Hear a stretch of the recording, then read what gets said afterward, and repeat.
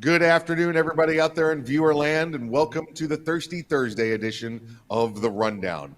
My name is Mike Biroworski. I am your host with the East Coast behind me today. I'm coming to you live from the Southeast. We're down in Florida, the Gunshine State. So I will be your host today, but I do not host this program by myself. No, you do not, Mikey. I am Craig DeLuz coming at you from the left coast, from behind the Sierras, the Iron Curtain, the Iron Curtain, otherwise known as the Sierras, Yeah, coming to you from California. Yeah, the real Iron Curtain's in Pittsburgh. Relax, you know. Just... That's the steel curtain, bruh. That's the steel sorry, curtain. sorry. Okay, gotcha. That's the steel curtain. My mistake. Yes, How sir. are things going for you today on the West Coast, sir? Oh, things are going phenomenally. You know, looking forward to getting through the rest of this Thirsty Thursday. Get an early start on the weekend. Yeah, I just found out I got some extra duty this weekend, so tomorrow and Saturday and Sunday are going to be longer days and sweatier days than planned. So all kinds of fun though. Looking forward to it. Can't wait. He said duty. Duty. He said. Speaking of duty, I believe we were supposed to see your urinalysis today. I have no urinalysis today. Thank you very much, Mikey. Okay. All right. I appreciate you. I brought a cup for you. You brought a cup. It looks like you already went duty in there. Maybe. All right. I think we're being just slightly a little rude. We actually have a guest with us today.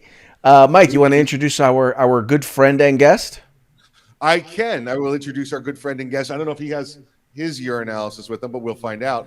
Welcome to the program, good friend Matt Mallory from Meet the Pressers and PS and Ed. Matt, welcome to the program. What's up, guys? How are you? Not too sure. First off, Matt, you look like you're on the run and in hiding. What's going on with that? Yeah, witness protection. I'm in the state of New York, so the other behind the curtain, commie state, if you will. I have to run around with plastic gloves on my hands to make sure that my fingerprints aren't left everywhere as well. Good. Yeah, listen, good advice. We're going to be talking about your Governor Cuomo there, so it's best that you keep your identity secret. Also, I see in the field behind you just a piece of advice. Remember, backhoe deep. That's where you want the evidence. Backhoe deep. So. We don't have many up here, other than New York City. Yeah, you got the albino gators in the sewers down there. They're not doing a good job eating up the politicians down there. So I don't know. It must not be Florida gators. Well, you know what? They all start out as Florida gators. They just get transported up there by kids that buy them on vacation. They think they're cute. Then they flush them down the toilet. They live in the New York City sewers. And they become albinos. Anybody that's ever lived in New York City knows this. No. Prefer to live in upstate. I thought the New York City albino sewer gators were pretty much common knowledge, but I guess not. Well, the gators are, but not the history behind them. It sounds like you were one of those kids that dropped them in the sewer and started the story. Dropped a lot of stuff in the sewer as a kid. So, you're an outfit. Just saying. Oh boy. All right. Well, listen, Matt, tell us about Meet the Pressers and PS and Ed. Sure. So Meet the Pressers is a show on YouTube and also on podcasts that we record whenever we can get somebody to come on and interview them. We've had Lieutenant Colonel Alan West, Colonel Grossman, George Zimmerman, Joe Tedai from Dual Survival had a lot of great guests, both of you gentlemen, top guests on the show. And then PS and Ed's my training company, and I've got a small FFL, Type 7 FFL. So I basically do training all around the country. We teach pepper spray, rifle, pistol, shotgun, defensive tactics, taser, pepper spray, yada, yada, yada. So it's my full-time gig, and part-time law enforcement as well up here. And you did, when you say all around the country, you just got back from a little whirlwind tour of training. Yeah. Clint and I were down in Georgia and Alabama doing some USCCA courses, and I did a Saber-Ed pepper spray instructor course down in Alabama. I'm down in Georgia. So, yeah, and I'm heading to Maine shortly to do another pepper spray instructor course. So, yeah, all around the country. Good stuff. Good stuff. No, it's inert pepper spray for the class. Saber doesn't allow it. But I'll actually be out in your area coming up December timeframe. Oh, no. I'd never come to California. I meant Florida. I've been there 3 times in my life.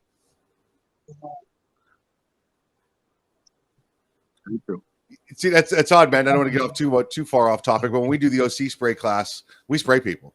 You got to take the spray in order to get certified. So yeah. Well, law enforcement and security. Well, security guards can. I mean, there's no regulation with that, but Sabre doing it for civilians, which is what I'm typically doing for that.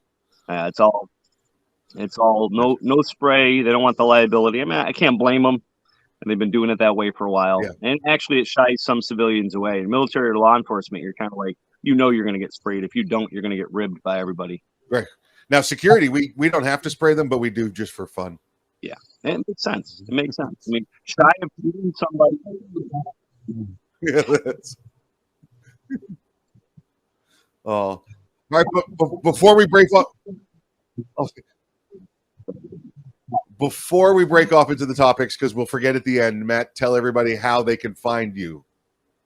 psanded.com or publicsafetyandeducation.com, and then also meetthepressers.com. Either of those will bring you right to my site and learn more about me, stalk me. There you go. There you got it, folks. Meetthepressers.com and psanded.com. So make sure you check those out to get on board with what Matt's got going on, as well as his partner Clint there with the Meet the Pressers. All right, let's talk. I want to talk some of this police stuff that we've got going on. And Matt waited a couple days, and then we're going to have you on for this one. In the city of Chicago, there's a police officer there. His name is Carol Chuzwaek. He's a Chicago PD officer there for a couple of years. And he was allegedly involved in the insurrection at the Capitol back on January 6th.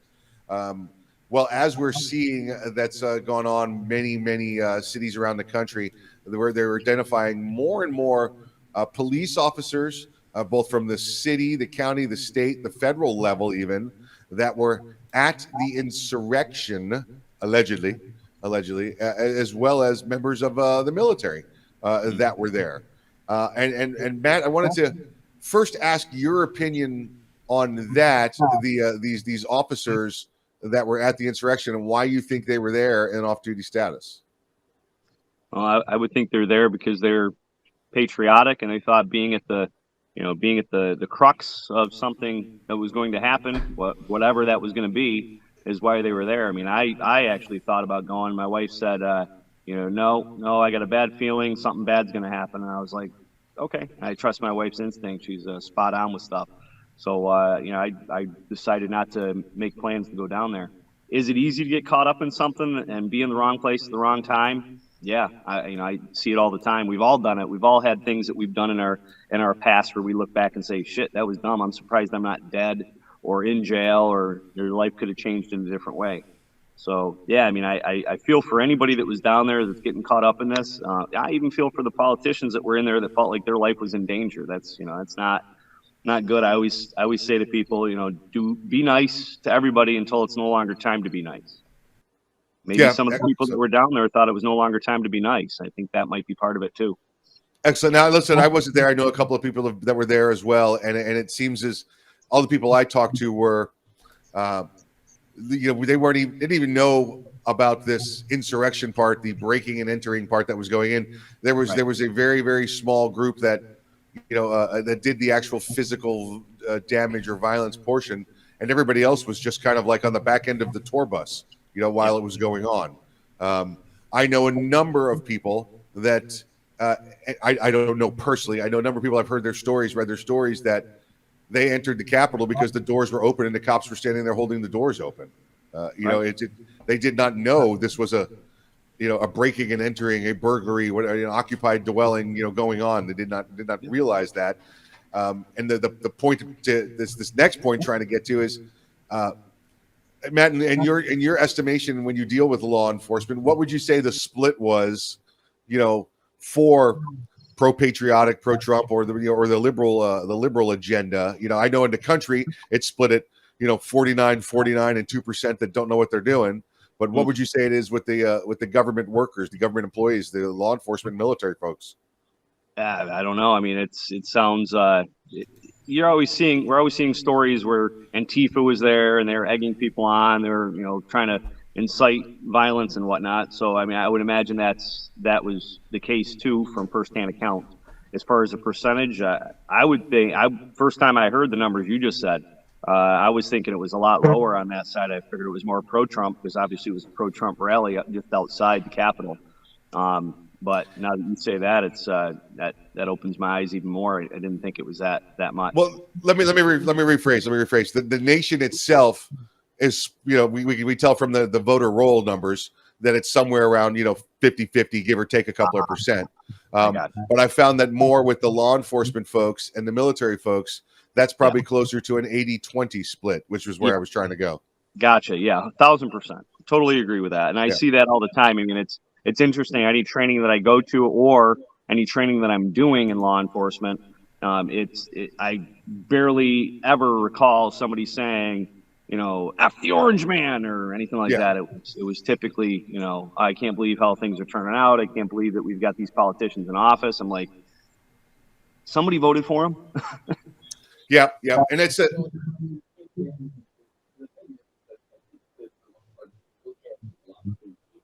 different political spectrums. One supports traditionally law and order, and the other one does not. And obviously, you're going to a certain degree, you're going to support those who actually enforce law and order. And I think now, even within that group, though, there are people who are more, how shall we say, libertarian, and they support liberty over, because some people are just blindly pro law enforcement, and then you've got some people who are more liberty minded and sometimes will challenge, in particular, law enforcement establishments, not rank and file cops, but law enforcement establishments when they feel like they've overstepped. Yeah, but we see, Craig, also, obviously it's the law and order people versus not so much with the liberal policies, but even the way they treat the individual law enforcement officers. President Trump, even President Bush would order food for the officers outside on the detail, sitting out in the cold or sitting out in the rain, and the Clintons and the Obamas would come by and say, "Get my bags, boy," and treat them like that. We've heard the horror stories of the way Hillary's treated law enforcement. Right, or how they treated them after the insurrection and in the car garages and stuff, where they had no bathrooms, no heat, no food. It was crazy. It's like you call them in to protect the Capitol, and then you can't even support them with basic necessities that they need. That just shows you the disdain for law enforcement and the military when it comes to our politicians. Which brings me around to the point here with all of this is that we just had the hearings, the ongoing hearings, and about the insurrection, and we saw a couple of law enforcement officers get up there and weep and cry. And now they have PTSD over all of this, and I'm going to tell you that those were clearly partisan picks to have them there. The reason the Capitol was breached is because 80% of the cops said, "Hey, hold on, let me get the door for you. Let me get the door for you." And the other 20, now they're crying in front of Congress because they have PTSD. That's your 80-20 split there, folks. That's what you have, is you have cops that have decided to give up their oath to go sit in front of Congress and cry to the Democrats and maybe earn themselves a position or a paycheck somewhere else. Yep, that's actually what we see with I think it's with our local Congressman Katko here. He's a Republican, but he voted to impeach the president, and he's got the 80%, as we'd say, right? That voted for him will say, "I'll never vote for him again. I don't care who wins," unfortunately. But he's in a bad position here in New York. Yep, we see it rolling. Craig, thoughts?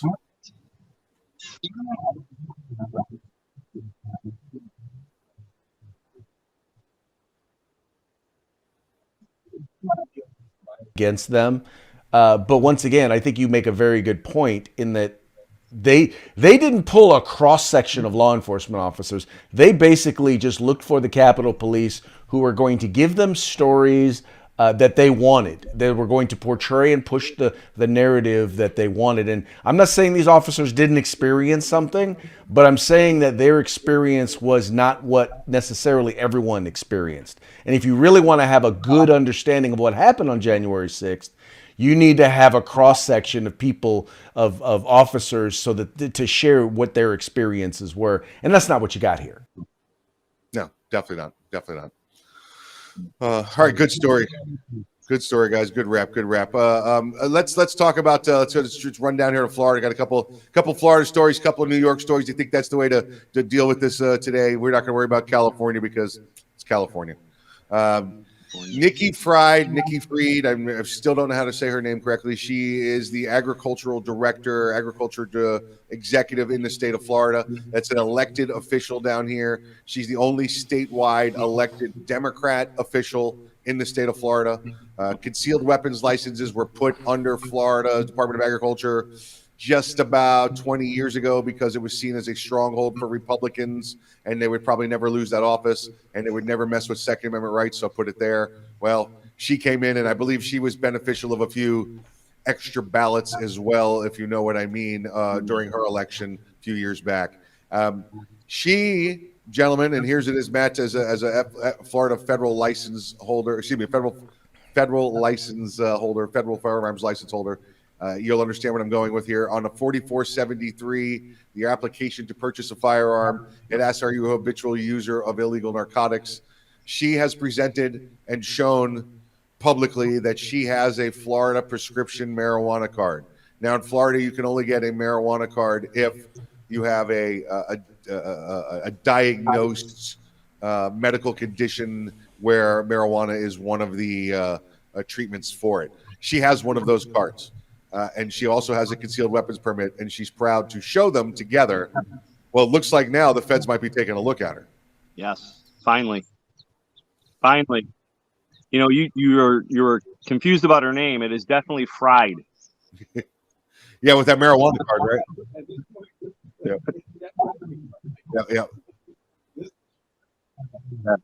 Yeah. Yeah, you're right. The 4473 people, I've had students call me and say, well, hey, it's legal in New York now. I got a medical marijuana card. Or now that they actually passed it where it's legal to actually do it without the card, recreationally. Yeah. And I got people calling me, hey, it means I can still keep my pistol license, or can I get a pistol license? Like, you can get a pistol license. You'll get issued a pistol license most definitely. But when you come to me or come to any gun store to buy a gun, that's where your problem's going to be, because you're going to do a 4473, and either you're perjuring yourself and committing a federal crime by lying on the application, or you're going to tell the truth, and then I, as the FFL, have to look at it and go, well, you checked yes to this, so I can't sell you a gun. So either way, you're screwed. Yeah. The only issue we've sat around and had the philosophical discussion is, let's say you have the card, which is basically a prescription for the marijuana. It's not the marijuana, it's the prescription. We've all had prescriptions we've never filled before. Right. So does just having the card make her a habitual user, and is she perjuring on the form then? Which is, again, this has been the water cooler talk amongst FFLs. Right. Oh, listen. If we give her a urinalysis, Craig, she would probably not pass. But based on the prima facie evidence of only the card, I don't know if that's enough to charge. I got a question. When you see her on TV, is she always eating? Yeah, it's always Doritos too, which is weird. So, on that note, and that's a good point, Mike, when it comes to, are they actually using? Because that's truly what the 4473 says. Right. I've got a friend of mine who has lots of guns, and he said, well, when I go to fill out the form, I'm not using that day. So, I mean, yeah, it's subjective. That is an issue in that sense. So how far does the federal government take it? Or even local government? Do they do a urinalysis and figure it out? I mean, that I would think that probably could be a way. Do they have enough probable cause to do such if somebody proves that they have a medical marijuana card? Yeah, or they post something on Facebook saying that they, showing that they're smoking a joint. Yeah, I mean, that might be enough evidence for them to move forward and actually get a judge to issue a stay, or issue the ability for them to do a urinalysis.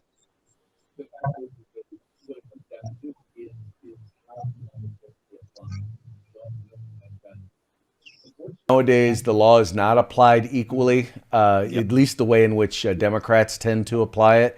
Liberals tend to go after conservatives, and so if this were a Republican, you would probably see the administration go after her, but because it's a fellow Democrat, well, we all know that there is not equal justice, and so therefore it would be very unlikely that they're going to go after her. Craig, just to agree with you even more and add to it is the federal firearms license holders have been asking, and gun stores have been asking for clarification on this since this became an issue. And you get the most topical thing that they've done, most important thing they've done involving the 4473 background check form is to add the new no gender selection to it. Thought you were going there. Yeah, that's the update they made. Yep. Non-binary. So that's all right. Let's talk New York mask mandates. And Matt, I know you don't have the privilege of being down city there with the good mayor Wilhelm de Blasio, Wow. but he's come up with some new mask mandates there. And first, let me see. Can you fill us on his recent mask mandates? And then the mayor of Boston, she's had something to say about them. So I would say that de Blasio's probably had a mask on too long because it's starting to poison his brain. His brain's been poisoned for a long time. Yeah, it's gone crazy. I've got a neighbor I was actually talking to yesterday, just stopped in to say hi to him. He's in his 70s. He's retired. He's a retired RN. And he said that it's so split now because they've gone back and forth. So get the vaccine so you don't spread it. Well, now you got the vaccine. Now you're a super spreader. So he's got friends that are in the industry still as RNs in the medical profession. And he said half of them are saying, yep, you need to get the vaccine. You need to wear a mask. The other half are saying, no, don't get it. You don't need to wear a mask. It's lunacy. I don't think they know. I think they're just saying whatever's on the top of their head. They're just shooting at a wall to see what'll stick. Well, this might work. Let's see if it works. Oops, shit, it didn't work. Let's try something different. It's scary. We like to go to New York City at least once a year, and I don't foresee us going to New York City anytime soon. Yeah, you're right. I think you suffer there. Listen, they happen to be the epicenter of the world right there, New York City. So everything that happens there happens in the media and happens in the news. But who knows what's going on? I think it's Dr. Fauci and a dartboard in the morning till we figure out what we're doing with masks and vaccinations today. And New York has just played right along, and de Blasio is trying to be the president of New York City rather than the mayor. And it's kind of ridiculous. And I do like that though, right up the road there, the mayor in Boston, Kim Janey. By the way, first black woman mayor there in Boston has said we're not doing that. We're not doing that. Craig, did you catch our comments?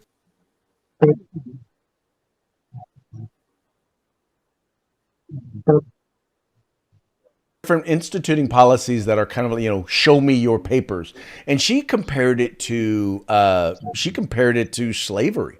I mean, how when you would see a freed black person walking or were on the road in the South, they'd have to show their papers to show that they were actually freed. Otherwise, they would be put into slavery. I think that everybody, regardless of their political spectrum, is starting to understand that you can only go so far before it turns to despotism. And that's what we're starting to look at here, is especially when the things that you are starting to mandate don't line up with the data and the science that you claim.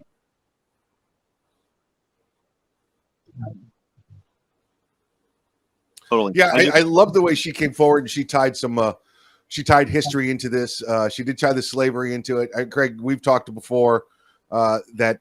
Listen, I've been to Boston and stood in in Liberty Square there, where it's illegal to even have a pocket knife these days. Right there where just down the street from where the shot was heard around the world, where our nation was basically born in blood. Yet I can't have a nail clipper because it's got a blade in it. It's kind of ridiculous. So it's nice to see her talk about this when it comes to other rights. Maybe she'll come around at someday and recognize that the Second Amendment rights of Bostonians have also been restricted.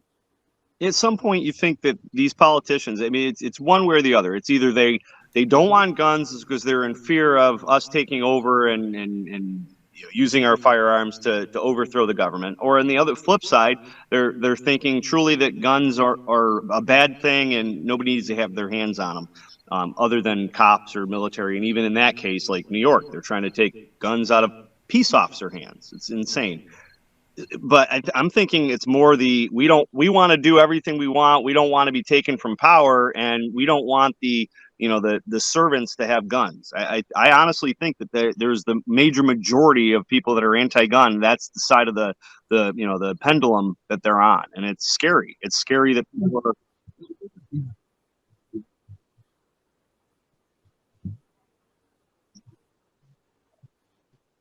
Yeah, I agree. Yeah. Yeah, listen, 90% of the people who go through their lives and never experience a violent crime. They have no idea either way. It's all just what they see on the news and see on the TV. I'll tell people that. I'll say, so how many times have you needed to use a gun in a self-defense situation? People that are coming to me to get their pistol license in New York, and they're all like, never. I'm like, maybe a couple close calls. Yeah, but I got out of it from verbal judo or running or, cops showed up, whatever. I'm like, okay, so you didn't need to use the gun. So exactly. Or a car. Right. Or a car, your car insurance. Do you put your seatbelt on while you're getting in a car accident? No. Unless you're really, really fast. Got one of them stopwatches. Slow down the time. Yeah. All right, let's bring it back down to Florida. Take another look at Florida here. We've got, as I like to call him, Captain Florida, Governor DeSantis down here. He came out with a mandate last week. We had a couple of school boards that decided after the CDC came down with their new decision and recommended that you should start wearing a mask in the womb as a child. That he said that's crazy, that's ridiculous. The kids are low risk. If adults want to wear them, that's fine. What happened? What happened? In the womb. Oh, that's come on. Listen, that's what they just about said it. They want kids like 2 and older now to wear them. Soon it's going to be in the womb. They're going to have the kids wear them.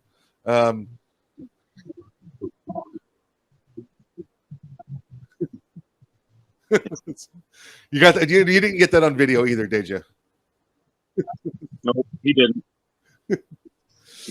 So you've got these kids that the local jurisdictions out there to wear masks. Broward County being one of them. That's the epicenter of Democrat liberalism in the state of Florida. That's where Hillary Clinton's headquarters are. They have been forever. So she's down there. But they decided last week they were going to institute a mask mandate, and the governor said by the end of last week, he said, "No, we're not doing that. There's no mask mandate in the state of Florida for schools. If kids want to wear them, they can wear them. If adults want to wear them, if staff and teachers want to wear them, they can, but there will be no mandatory mandate." Broward County said, "We're going to make it mandatory." And the governor said, "Okay, then you run your school on county funds alone because you get no more state money." And it took them about 8 minutes to rescind that order. They decided, whoops, we can't do that without free money from the state. Well, this week we've had the Alachua County School Board. That's around Gainesville area. That's Gator Nation. If you're a college football guy or girl, they decided they were going to do the same thing. And one of their county commissioners said, "Why are we messing with the governor like this? He's going to come down and spank us." And they said, "No, we're doing this. We're doing this." Craig, I think a lot of this comes back to what you and I have talked about with qualified immunity, and we should have qualified immunity for elected officials.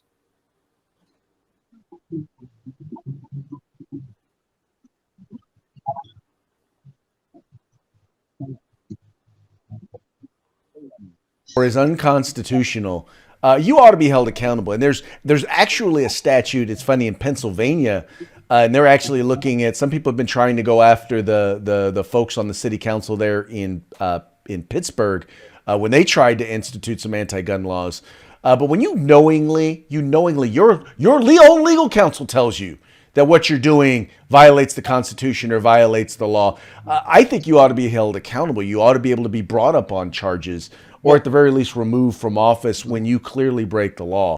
Let's be clear, Craig.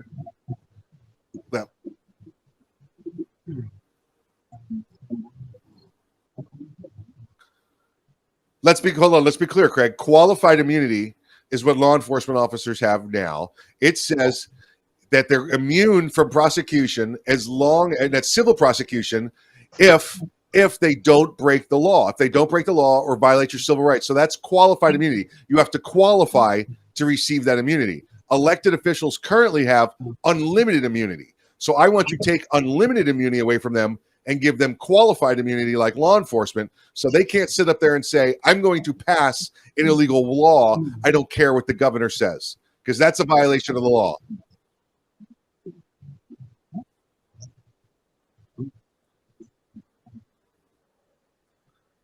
It's a Supreme Court decision. It's Harlow versus U.S. Qualified immunity is a Supreme Court decision. And if people don't want to research it, that's fine. They all know what Roe v. Wade is. So there's no reason people can't look this up and find out the real decision instead of listening to the media and forming the wrong opinion.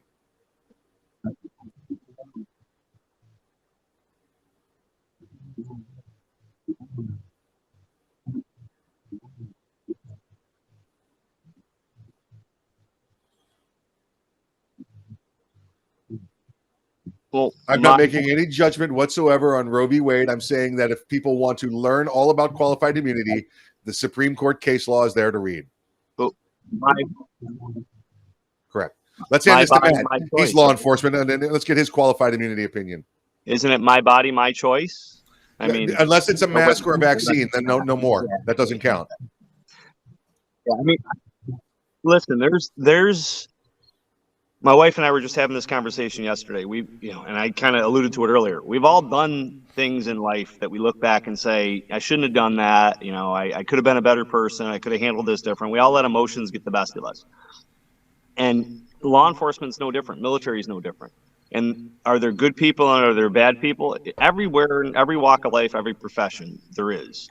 And could, the immunity, whether it's full immunity or qualified immunity, could that make somebody think that they could do whatever they want, especially if they don't believe in God and they think that there's nobody that can hold them accountable? I think so. I think that's why it's crucial for us to have some sort of foundation. Like, listen, I do this in the woods and nobody's watching. The big man above could judge me in the pearly gates. And I think that's what keeps us grounded to an extent. And when we don't have that, what happens, right? Anarchy. You do whatever you want to do, and who cares? It's sad. It's scary. All right, Craig. So let's move into the final shots here, and in honor of our guest from New York State, we're going to our first parting shot. We've got two for you today, folks. First parting shot is with our two favorite governors of today's topic.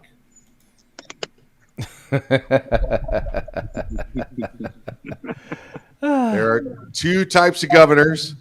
You've got the grandma killer and sexual predator, and then you got Governor DeSantis having a beer at Oktoberfest or Biketoberfest. So during Bike Week. So good stuff. Good stuff. You notice my governor is not included in this. No. And if he was in this, he would be sitting outside of an establishment having a beer that was closed, so only people with masks. No, he would be at the French Laundry. There you go. All right, let's take a look at our last parting shot of the day. All right, this one here was, reminiscent of the conversation regarding January 6th and those who testified. Craig was a little nervous putting this one up, I want to say, and I think Matt and I had a conversation with him, got him to put this one up. It says, and then the man dressed up like a bear yelled freedom, but it was really, really loud. These were your partisan cops that were put forward, and then you could see our good senator friend there. But these are the partisan cops that stood up and said they were scared, they got the PTSD, and it was really, really bad for them that day. So this is that 20%. These are those ones that I'm sure within the next 6 months will get some sort of position within the administration. Somebody's personal security detachment. Yeah, that's what you're going to get out of these. Like what you did there. Thank you. Where do you want to work? Well, in the pre-show conversation, I only say this because it was funny. Someone had mentioned, was the guy really dressed up as a bear? Yeah, you're right. I think it was just the guy with the horns. It wasn't Yeah, a bear, it was a but- horny bear. Is what he was dressed up as a Well, horny bear. when you're scared, you don't know the difference. It was some kind of bear with horns and a goat Look. tail. It was horrible. Actually, it was a corny bear. There you Yeah. go. Horny See, bear. Mike, Which is probably from that California. is look, Mike. That is something to be scared. A horny bear is probably something to be scared of if it's attacking you. I would Oh, say. I got stories. I got stories. Your analysis will never be the same after that horny That's bear. true. That's true. Yeah, it'll be full of poo. Yeah, yeah. All right, Craig, folks. we need to thank our sponsors for the week. Our good friends at Gorilla Machining and Grid Defense. This week they have another rail for us to give away. 9-inch, 10-inch rail from Grid Defense. There, it's for your America's rifle, your battle rifle. It's a free flow rifle that'll go on there. That'll be part of Feedback Friday. Join us, comment with us, be involved, and whoever is the most involved commenter and most humorous, or perhaps gets the quiz questions correct, will win this rail tomorrow. Yes, we love giving stuff away. So you guys, please make sure you guys remember, if you're going to do it, if you want to participate, if you want a chance to win, you got to make sure that you are on the rundown. Once again, if you're watching us on California Republican Assembly, or you're watching us on Arms Room Radio or 2A News, if you want to participate in Feedback Friday, you got to go to the rundown, either on YouTube or on Facebook, but that's where you got to be. Yep. Yes, that's it. Go there, do it. Make sure you like, share, subscribe. I do want to thank our guest today, Matt and Mallory. Again, Matt, where do they find you?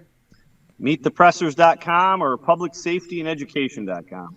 There you go. PublicSafetyAndEducation.com, MeetThePressers.com. Matt was our third three-way, so we enjoyed having him here on the program with us. And Well, he was our second three-way. That's He was true. our We had third one guest. threesome and two. We had one threesome and two three-ways. Yeah. There You you go. guys talking about all these rails and Horny bears. freeway? Come on. It's a family show. It's just a new kind of family. It's just a new kind of family. It's a Fox Network family. You need Jesus, Mikey. You need Jesus. Oh Lord. All right, folks. Hey, well, we'll talk to you tomorrow on Feedback Friday. You guys remember, like, share, subscribe, and encourage your friends to do the same. Stay safe. Talk to you later.